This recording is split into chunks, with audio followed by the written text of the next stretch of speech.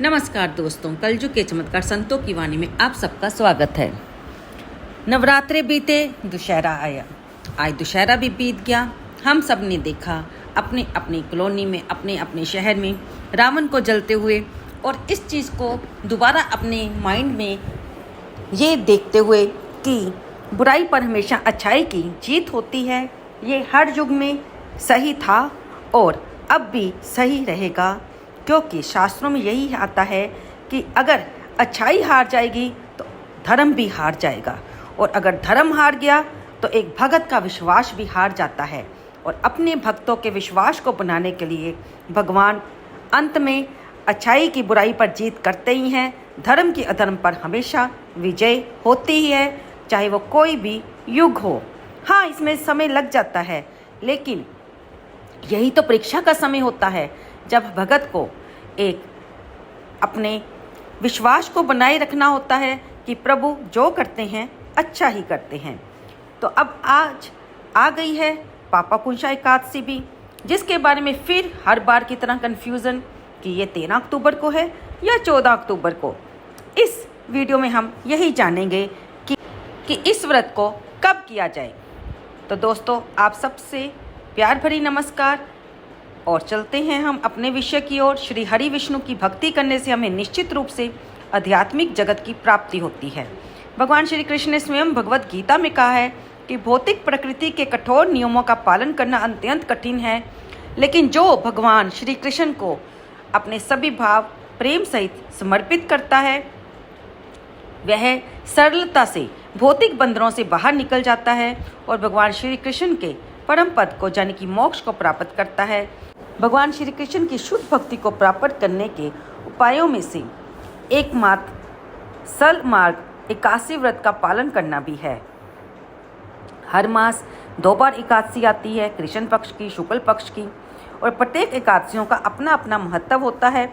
हर एकादशी की एक अपनी ही कथा है, और हर एकादशी का महत्व दर्शाते हुए श्री हरि भक्ति में कहा गया है कि बाल्यावस्था, युवावस्था, वृद्धावस्था, किसी भी अवस्था में यदि एकादशी का व्रत किया जाए तो व्यक्ति को कभी भी दुर्गति प्राप्त नहीं होती। इसलिए हमें एकादशी व्रत का पालन अवश्य करना चाहिए, जिससे हमारे जाने अनजाने किए हुए बहुत से पाप नष्ट हो जाते हैं और व्यक्ति आध्यात्मिक जीवन में अग्रसर, यानी कि आगे की ओर बढ़ता है। उसके भक्ति में वृद्धि होती है, यानी कि उसका भगवान पर विश्वास बढ़ता है और उसे भगवान की शुद्ध भक्ति प्राप्त होती है। तो जो आश्विन मास के शुक्ल पक्ष में एकादशी आती है, जिसके पालन मात्र से संसार रूपी भवसागर से मुक्ति प्राप्त हो सकती है, उस एकादशी का नाम पापाकुंशा है। अगर हम देखें कि ये एकादशी व्रत 13 और 14 को 2 दिन आ रहा है, तो हम किस दिन करें, क्योंकि एकादशी तिथि का प्रारंभ 13 अक्टूबर को 9:08 पर हो रहा है और इस एकादशी की समाप्ति 14 अक्टूबर को प्रातः 6:04 पर होगी। तो इस बार हम देखेंगे कि जो रविवार को एकादशी आ रही है, वह सूर्योदय नहीं बन रही। सूर्योदय तिथि पर एकादशी 14 अक्टूबर दिन सोमवार को पड़ रही है, और दिन सोमवार के दिन, तो इस दिन ये 30 वर्षा एकादशी बन रही है, जिसमें एकादशी, द्वादशी और त्रयोदशी तिथि तीनों ही मिल रही हैं, यानी कि ये महाद्वादशी का दिन बन रहा है। अगर आप इस दिन व्रत रखते हैं तो अति शुभ होगा, और अगर आप रविवार को व्रत रख रहे हैं, यानी कि 13 अक्टूबर को, तो वह दशमी युक्त व्रत है। लेकिन फिर भी किसी संशय में ना पड़ा जाए तो हम आपको ये कहते हैं कि कुछ जगह पर, जैसे कि खाटू श्याम जी में और कुछ मंदिरों में, इस व्रत का पालन 13 अक्टूबर किया जाएगा, जबकि गौरिया मठ और इस्कॉन टेम्पल वाले इस व्रत का पालन 14 अक्टूबर को कर रहे हैं। आप अपने गुरु घर के हिसाब से भी इस व्रत का पालन कर सकते हैं। फिर भी अगर किसी संदेह में ना पड़ना चाहें तो आप दोनों दिन व्रत कर सकते हैं, अगर आप यथाशक्ति, यानी कि शरीर की अवस्था के हिसाब से। कुछ जगह पर ये आता है कि दशमी से युक्त एकादशी व्रत नहीं करना चाहिए, क्योंकि ये व्रत इतना उत्तम नहीं माना जाता।